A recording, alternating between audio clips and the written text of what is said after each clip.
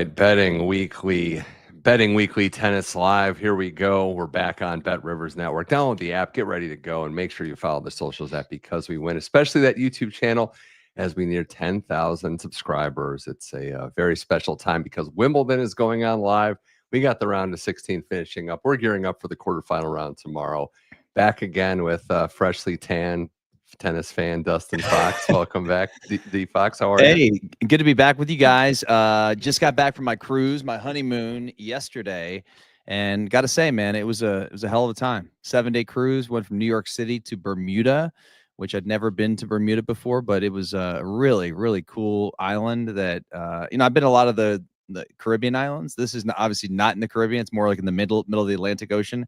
Dude, what a cool town, man. And they love tennis down there. Yeah. The game's really been growing everywhere, but I knew that. It is very, very popular in the tropical islands. And I know you didn't take a beat missing all the dominant action that we've seen across the grounds. But really, there is no more Manic Monday. So it's kind of given us some pacing to really digest some of these matchups. A lot to get to from what we've seen and where we're looking ahead later today and into tomorrow. But right now in the live window, we've got 2 matches going on. We're gearing up for Jannik Sinner to finish this off tonight with Grigor Dimitrov. But right now, Ben Shelton, Lorenzo Sonego, 3rd straight meeting this year in a Grand Slam. They've met in every major. Shelton is 2-0 in those matchups. Looking for number 3. He's up 2-1, 15 all right now as we record this with his serve. He is minus 770. Sonego is plus 540. So there's a chance there for maybe some value on Sonego. And then the other match going on right now that we're seeing in the women's side, the big blockbuster matchup of the day, Mirra and Andreeva up a set and now a break. They've been trading service breaks in the start of the second set. It's Andreeva up 2-1. Huge favorite over Navarro right now, who's plus 950. So those are the 2 matches right now. Favorites holding firm, but maybe we could see value in some more comebacks like we've seen, Dustin, in this Wimbledon. There's no doubt. I actually like your Sonego at plus 500 right now. In fact, I put $25 on it. Well, because, it's only a set down. They're on serve. Shelton's a big money player. Like, I can't speak enough. Like, if it goes to a tie break, he just turns it up and he's got ice in his veins. But yeah, he can hold serve against him pretty comfortably. And Sonego is a tough player himself. So I just think it's worth a 5 or a 10 spot, however you want to be responsible betting. $25 to win $1.25. Because if you make those bets enough, they're going to hit one, every so often, and then you make a profit. So that's the math side of it. But Ben Shelton has been playing exceptional, and I talked about this last week on my show. Was like he just ramps up in majors. Like, it's almost, he's gotten to the point, Dustin, where it almost doesn't really matter what his form is going in, because when the lights are on, he's just going to shine. Oh, there's no doubt. I mean, it's just those lights turn on. It's like big moment. Let's go every single time.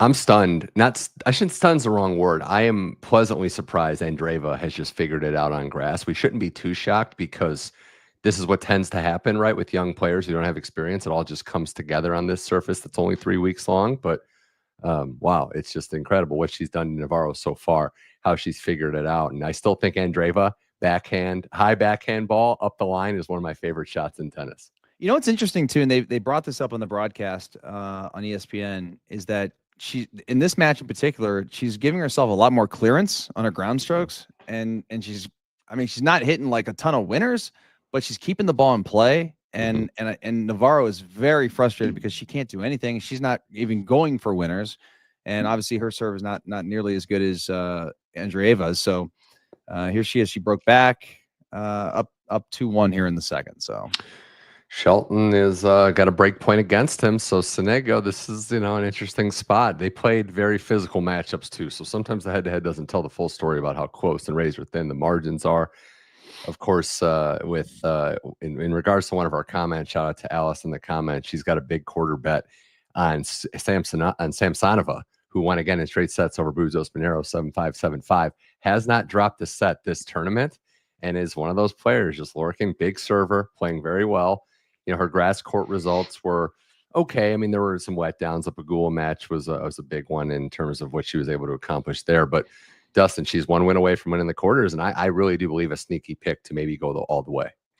This is as far as she's been in a slam, right? She had, yeah, that's right. That's quarterfinals of her first one. I don't know, man. Like, I watched that entire match this morning and felt like she had She was a little nervous, I think, because it's as far as she's been. But man, I love her game, man. She's sort of like unconventional in some ways. I mean, she doesn't necessarily look like this fabulous tennis player, but she gets it done. She certainly does, and I was looking too to kind of see how it's broken for her in the past. How about this? 9 straight years we're going to have a new champion at Wimbledon. No repeats on this draw. We're keeping it going. So with Krejcikova losing, yeah, and then Bencic, of course, is the other one. What a performance by her. Oh my God, Alexandrova, yeah. I kind of put in that same category as Samsonova, right? Big server, game suits up well for grass. Belinda Bencic, who took time off, had a kid, is really starting her family as well, but has been a threat in women's tennis since she was a teenager. Still in her 20s, and has a lot of tennis left. I think we were all waiting for her to make this run, and here we are. No, you're right. I mean, she takes that time off to have the child and comes back, and like really, to me, it looks like awesome right now. It's fun to see her because you talked about how she was like a really good player, out of juniors, and now it's like, okay, she's got a chance here especially on grass. Like, dude, the women on grass is so much more of a toss up, I think, as opposed to the men. And I mean, anybody will tell you that. I mean, especially this year, it's so wide open. I mean, Sabalenka is the best player in the world, and I feel like she could lose easily to any of these top players right now. Well, she survived a very tough, very game Emma Raducanu. Yep. Mertens is tricky as well. I know she's had her way with her former doubles partner, but that was impressive. Laura Siegemund's been one of the stories of the tournament, but I think it's, no disrespect to Siegemund. I think Sabalenka is saying, okay, the draw kind of broke my way. It's going to get tougher after that. But I mean, for all the upsets, Dustin, this is the beauty of tennis and the depth of the game. For all the upsets and the seeds going down earlier, even on the women's side, we're shaping up for potentially some good semis and a good final, depending on how it shakes out. But I think there's still a lot of quality players left in this event. Oh, no doubt. Anisimova is another one. I mean, she's playing well right now. With a lot of confidence. It's nice to see the American players step up. I'd like to see Emma play a little bit better than she is right now, as they're in a deuce game here on serve with Andreeva. But big hold there for Shelton, by the way. He was battling and he got through, so he's up 3-2.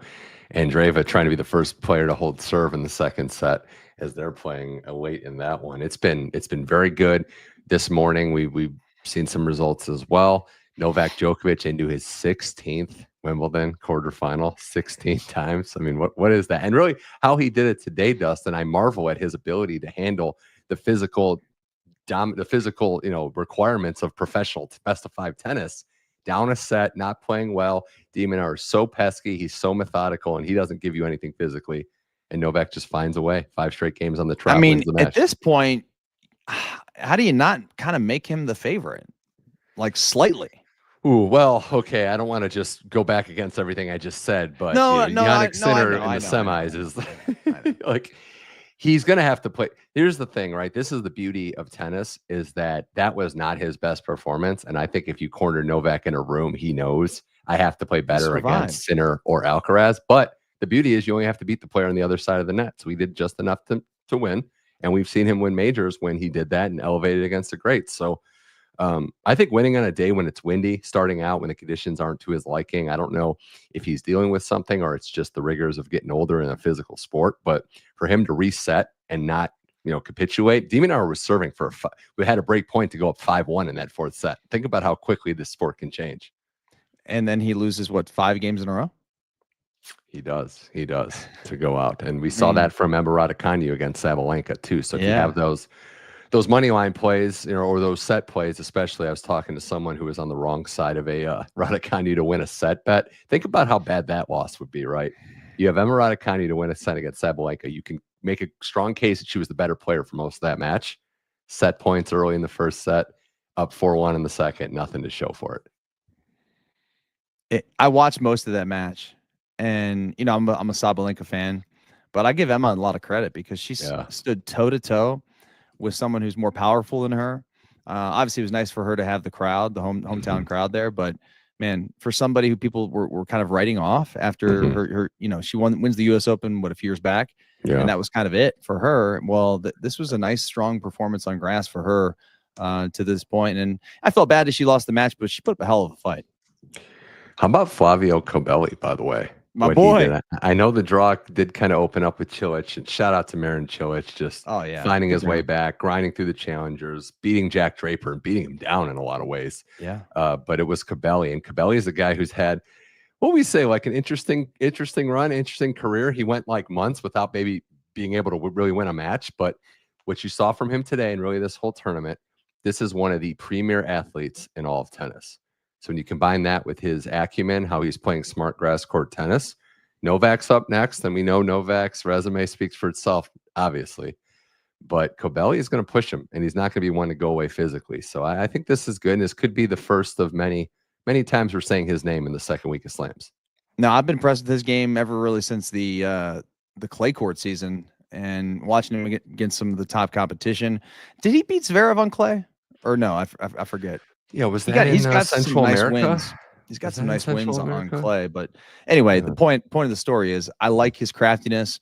Kind of like a little Mute where they're both so quick and get to everything, and that can really frustrate an opponent when you feel like you've got a winner and all of a sudden the ball, whether it's it's coming back over the net, and that makes you hit another ball, and that's a frustrating spot to be in, especially if you're a really good player.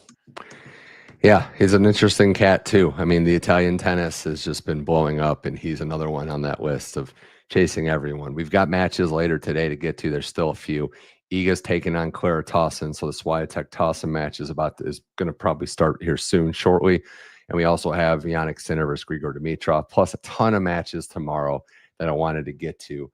And we can kind of look at some of the matches today first before we go on tomorrow. We've got graphics on the matches tomorrow here on Betting Weekly Tennis Live. Again, all part of the Bet Rivers Network. If you haven't yet, download the app and make sure you get your bets there. Tons of live action, tons of pre-match action. We'll try our best to educate you as these matches continue to blow up. And we'll start, I guess, with that Iga match coming up later, because that's a tricky one, right? Iga at minus 335 taking on Clara Tauson plus 250. Tauson took out Raducanu in a solid upset win. On one hand, Dustin, you have Iga, who's playing much better, serving much better, maybe the most comfortable she's ever looked on the grass. But Tauson is a gamer, and in that Raducanu match, it didn't look very fluky to me how she was able to win it. So thoughts on this line, how you see it priced, and ultimately where you might be leaning bet-wise? Tauson, I've bet on and I've won with her, and I've also lost with her. So it's a love-hate relationship because she does have so much to her game, but I also think that she can at times get in her own way with her mindset and certain things, because her serve can be so dominant at times. She's got a great forehand, like her ground strokes are good. I just think if she's on and she's feeling it and she's in the zone, like I feel like she could beat anybody. Yeah, lost her first set of the tournament to Heather Watson, right? Loses her first set, hasn't lost the set since. A big tiebreak win. That was really the match I was watching the most was it was a matchup between her and Kalinskaya, and they had a long second set tiebreak that Tauson pulled out, and that was a tricky one because we know Kalinskaya can play very well too. So that was one where I thought, okay, maybe she's turning around here. I look, Iga's been working to this moment too. I think with Coach Wim Fissette, who's been trying to implement changes, and when you get a new coach in any sport, it's not built in a day. So they've been building to this moment. That said, the number I like is Tauson plus 4.5 games. I think more than 4 games is a little bit too high, in my opinion. I think there's going to probably be at least a 1, if not 2, very physical deep sets in this matchup. Again, this is more of the advice factor. I think Iga is in a better position to win this match, but I like Tauson to cover 4.5. I think this will be a competitive matchup for sure. 4.5 is a tricky one because you're thinking, okay, if it's a straight sets, can it be a 4-4? And certainly it can be, but there's also the trickiness where Iga could just go 6-0, 6-1. Get me I know she has the bakery handing out breadsticks and bagels, so we know that's her thing, but maybe not so much on grass. In their head-to-head, and I wanted to look at this too because it is Iga 2-0, but if you look at when they played, it hasn't been for a minute, so maybe that's part of it too. I don't know. I think a tiebreak could be possible. Tauson hasn't. It's not really fluky either, right? She makes that. Was it the final Dubai? I think losing to Andreeva, so she's made runs in big tournaments, but I don't know. That's a tricky one, I think. Yeah, they've Just played watching this. Sorry, I'm just watching this. See if Andreeva is going to break again to go up a double break. Something incredible with what she's been able to do. How she's been able to play grass court tennis again. Like I said, it's just been very, very impressive. As we have Sonego serving 3-4 in that one. So, all right, wow. Yeah, I don't. Dude, this is the best. This week, obviously, last week was the great, best. but this week's I think it's better because they're better matches, and you just get to watch them all. I mean, you don't have to like go on an app and search through 19 different courts or whatever it may be. But this is a beautiful thing here, watching some of these great matches that are underway. So yeah. It's interesting, right? So they played it the last time, man. The last time that these two played, if this is right, was Indian Wells 3 years ago, and Iga won in 3. And this was, if I'm remembering correctly, dominant Iga. And Tauson did take a set off of her. A lot's happened since then. I know it's hard to read, and again, grass throws it in. But yeah, 4.5 is a tricky number. They're dangling it there. So we'll see. If Iga rolls, that would be the Samsonova section, and she looked pretty good the last time they played. So that's that one. I know the other men's match, Dustin, that we were trying to see, is there value on? It's Grigor Dimitrov taking on Jannik Sinner. And right now on Bet Rivers, the numbers speak for themselves. Jannik Sinner is a minus 3.335 favorite with Dimitrov at plus 1,200. The game spread is 7.5 for plus money, plus 110 for Grigor. 7.5 games.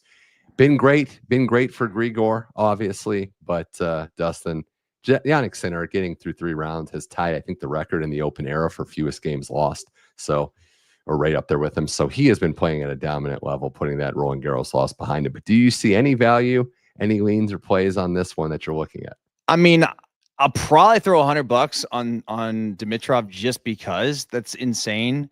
I mean, Sinner's most likely gonna cruise in this matchup, but if like Dimitrov can get through a match and not get hurt, a big match and not get hurt, I think he has a chance. I mean, Bublik just got him on grass. Though. It's a big if. I know. Because he has retired, and that's why that's why the advice for this one. I know you're a live bet guy. Maybe get this match in pre. Well, the thing is, if he does lose, I mean, you're going to get a void on it. So who cares? Yeah.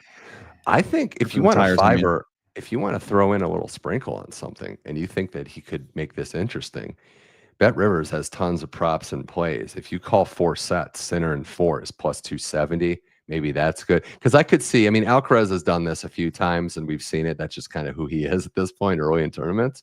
But the lackadaisical set, and then these great players just snap right back into it and roll. So maybe that's a play that you could look at. Dimitrov just to win a set is plus 145.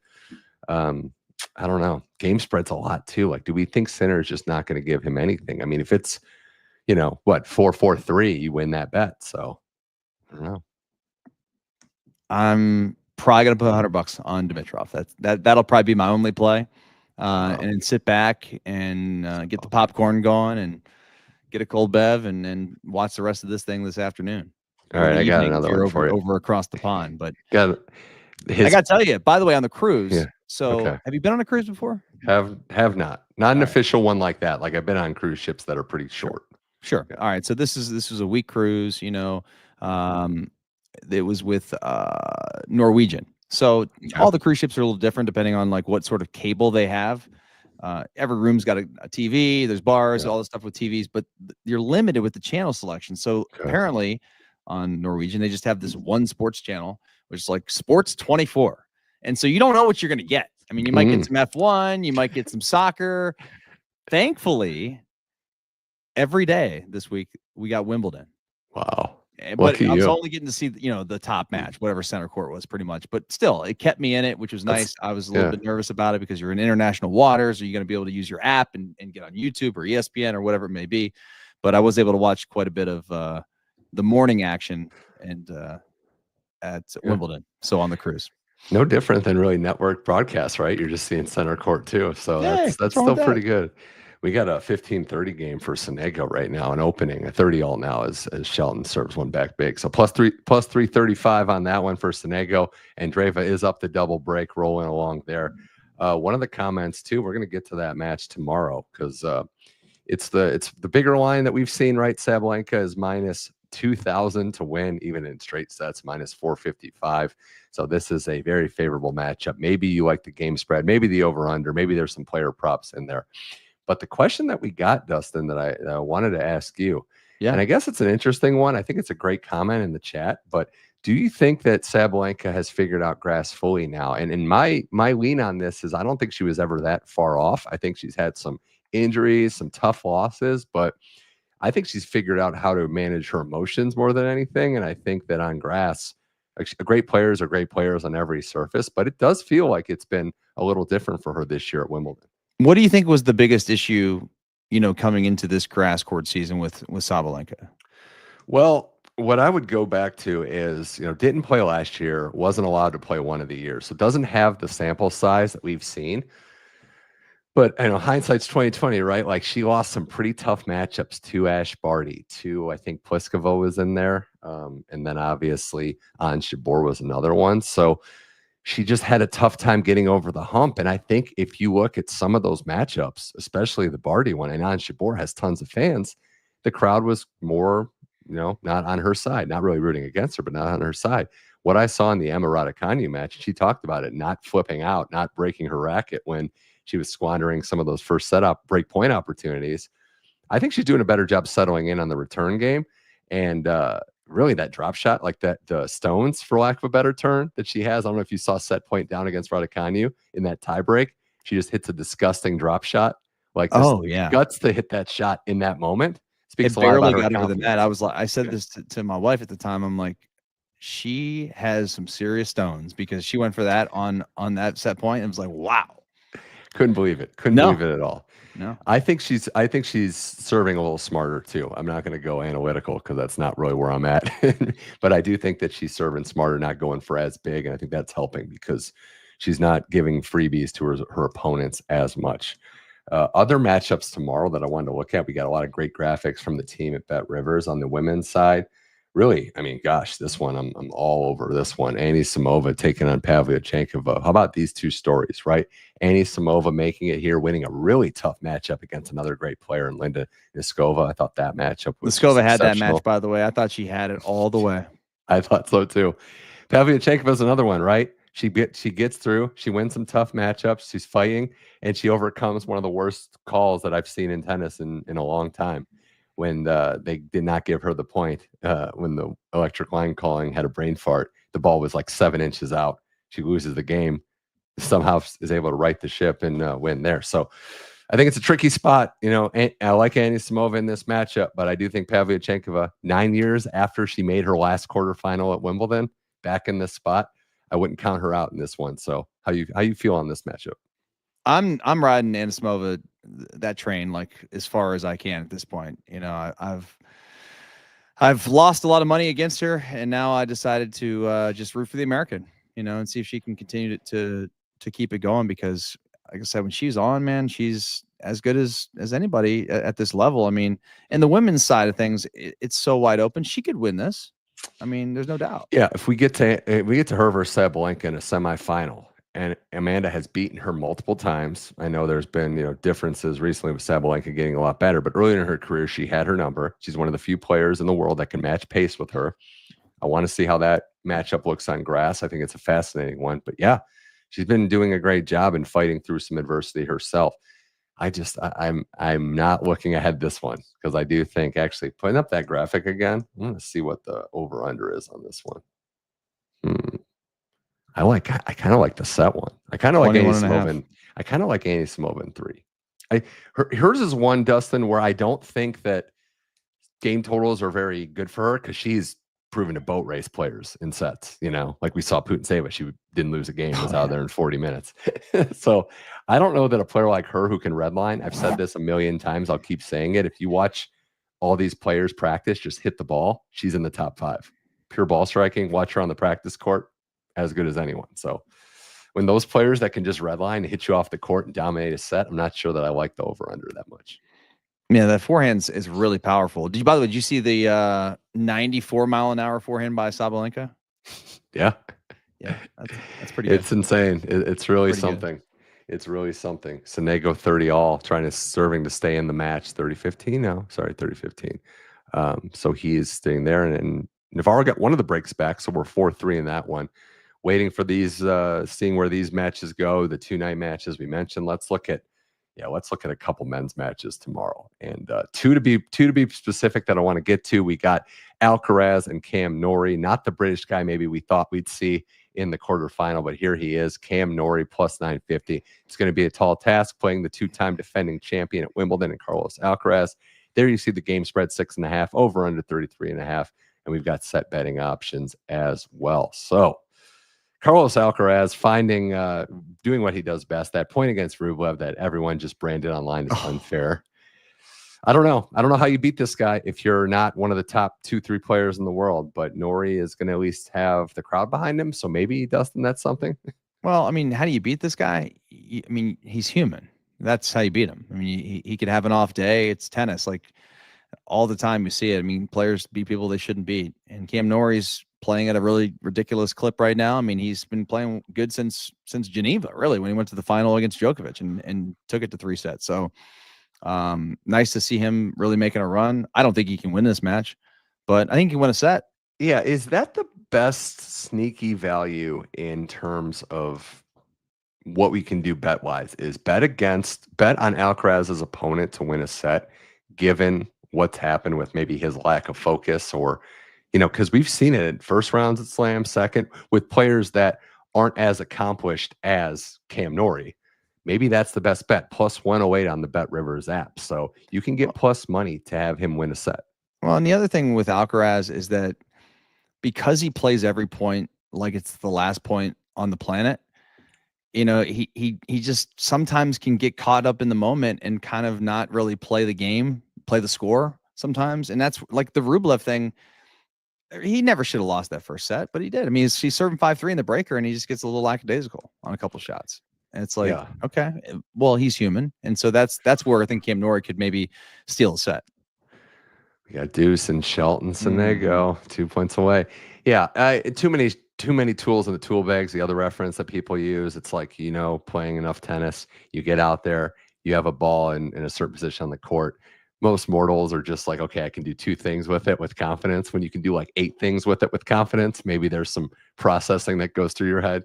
So I do think that's a real thing when you have so many weapons at your disposal. But yeah, Cam Norrie's been serving very well. I think he plays an interesting style too. He hits that backhand pretty low across the net, and I think he's going to play a very smart matchup. And I definitely think that, he beat him on clay to win that tournament 2 years ago. That was one of the Golden Swing in Latin America events. So I just think Norrie's handling it. And he handled that ridiculous question about if he was dating Raducanu. So it was very funny response. Very funny response.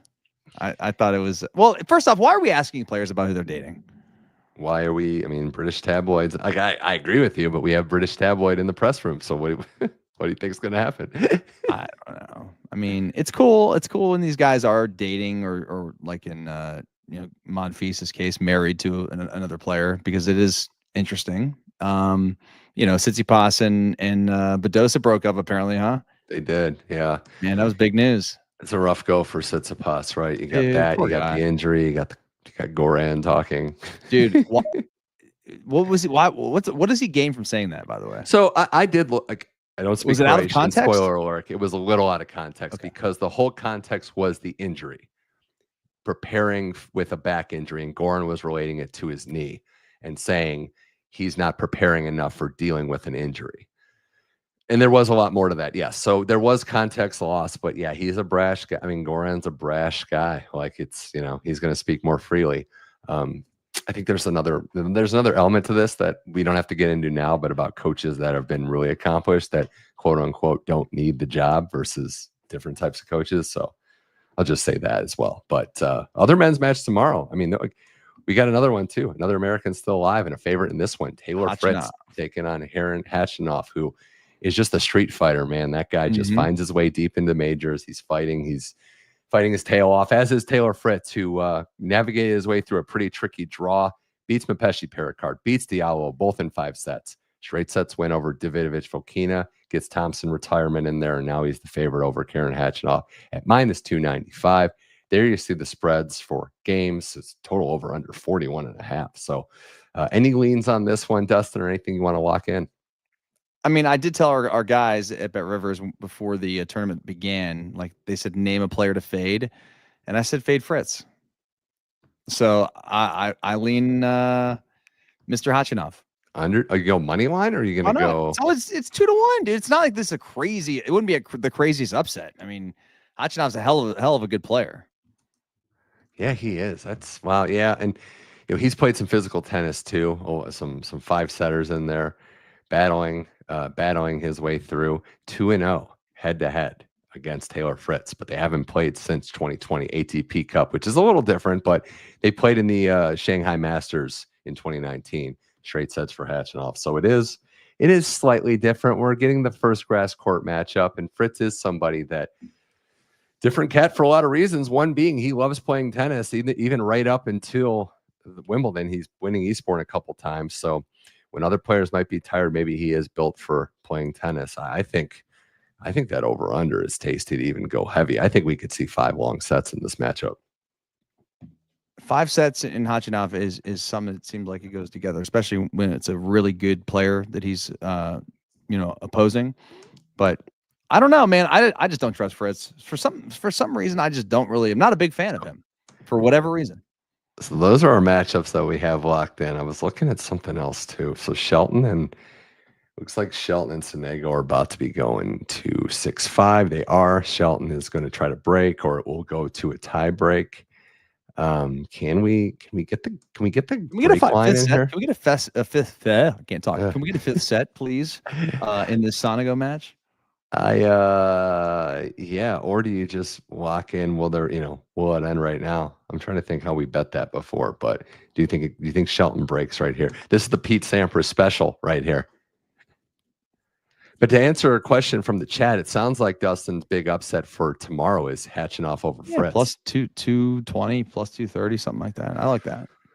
I think it's a solid opportunity for sure, and it looks like we've got another quarterfinalist in there, and that's Mirra Andreeva getting through straight sets. How about Andreeva too? Like the last time we saw her really, on a big stage was Roland Garros, where it was not good how that match ended. She wasn't handling the moment and the fans and everything, but turns the page, looking good. It's good to have good people. She's 18 years old. Let's give her a little bit of slack here. Conchita Martinez is great for her too. I mean, that's one of the perennially underrated coaches. Worked with Garbini Muguruza, like has the Wimbledon championship pedigree. So this is a good person for her to work with. But yeah, I like her game a lot. And I think we're looking at the women's contenders, and we talked about it for a lot. But I do think that there's multiple women that could win this event. It wouldn't shock me. Like where we are with the upsets, even though we lost a lot of seeds, there's some real solid players left. The parity in Wimbledon on the women's side has been pretty incredible, hasn't it been, for like the last 10 years or so? Not many multiple champions back to back. It just doesn't happen in the women's side for whatever reason.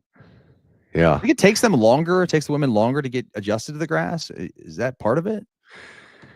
It could be. I don't know. I mean, we got Queens Club women's tennis now, so maybe that'll be another great event that could be more of a run up. But yeah, it's just so weird to have a 3-week season in any sport. It's like, all right, imagine football. All right, we're going to be turf all the way around, but 3 weeks we're going to play on grass. Like how different it would be. So it's a little stuff. I mean, you got to get the footwork. We saw guys and girls sliding all over Wimbledon earlier, and I don't think it's necessarily the court conditions. It's could be the footwork and everything too.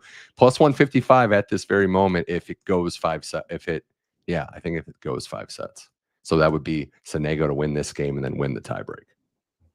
If you like to sprinkle on that, we'll see. It's ever changing, but he's got to worry about winning this game first. Yeah, he'd have to get there first. Shelton to break right now, plus 205. So did you see that? Did you see the first point? I did. He tried for a little tweener. I don't know about that. I don't really know about that. Lorenzo. You're serving to stay in it. Let's not get too cute here. You're not Bubik or Mute. You gotta stick with what brought you to the dance. That's right. Looking at this one, we could stay on for a little bit, I think, and see. And we might dip out at the end of this game. But I just think Ben Shelton at this point, wow, he fell down too. Oh, all he had He's to done do that a few times. He gets up. He's hit the dirt, and he's not out of a point. So it's like Djokovic. He'll fall and get up too. Yeah, Djokovic is nobody's mastered the court, mastered their own body like Novak. So that's where I'm at. I'm a little bit on a delay from you, but Sonego is It's not out of the woods yet. This is the 7-5 break spot we've seen. Well, it's always easier to break for a match win than it is to actually serve it out. Love 30. Oh, man. What a get by Shelton. And if you're thinking about Ben Shelton in a national, yeah, boomerang, let's go. Don't celebrating 3/4 of the court down. Celebrating at Sonego's 30-yard line right there.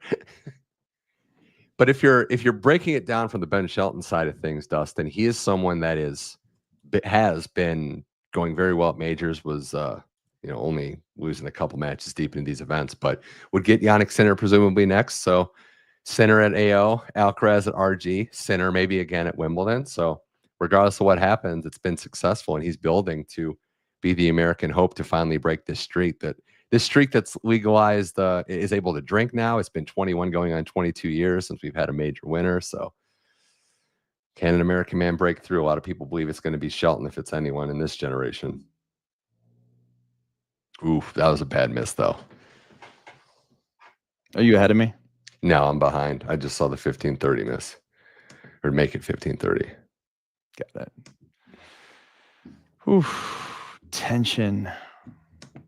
Brian Shelton's done a great job as his coach, his father. I think we get to see more of the coaching a lot now, and I think part of it is just his ability to come in at the right time but not overload him with knowledge. Because it's still a one-on-one sport. You still have to think maybe as much as in any sport that there is. Oh boy, 2 break points.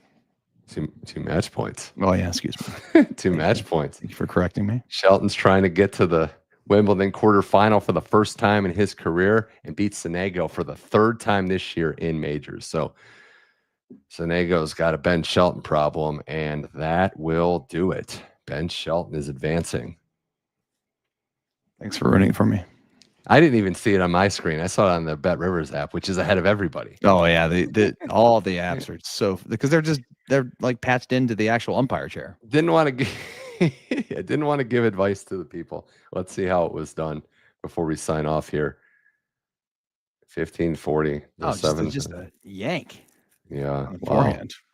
Uh-huh. Yuck. I thought that when I was watching Fonseca and that tie break against Jari, Dustin, it was, you don't have to go for too big in these moments. Sometimes you just got to lock it down. Well, that was fun, man. And hell of a match. I thought Sonego had a chance. I liked the odds. Wow. So Ben Shelton into the quarterfinal, where presumably Jannik Sinner waits, unless Grigor Dimitrov can do the unthinkable. But Dustin, this was a fun show. Always is. Yeah, absolutely. Final parting words. We got catching off. Anybody else you want to dish out on the way out the door? Any other picks or things you're thinking about? I mean, that's the one that I'm circling, and I'm just really hoping that Dimitrov here in about 20 minutes or so can give Sinner just some sort of resistance so we can have something fun to watch. Mirra Andreeva plus 500 on the futures market. Amanda Anisimova plus 1100. So those are odds I'd just like to kind of just look at. Just take a look at, and we'll see. We'll see. For Dustin Fox, I'm Mitch Michaels. This was Betting Weekly Tennis Live. We're on the Bet Rivers Network, and follow our socials at Because We Win on X, on Instagram, and of course YouTube. Subscribe. Make sure you get that subscribe button. We're almost at 10,000 followers, and we want to get to 10,000 and keep it going. This show is back twice more this week, as always, 1 o'clock Eastern time, Monday, Tuesday, and Wednesday, all a part of the Bet Rivers Network. For Betting Weekly Tennis Live, this was Mitch Michaels and Dustin Fox. Thanks for watching. We'll talk to you soon. Enjoy Wimbledon.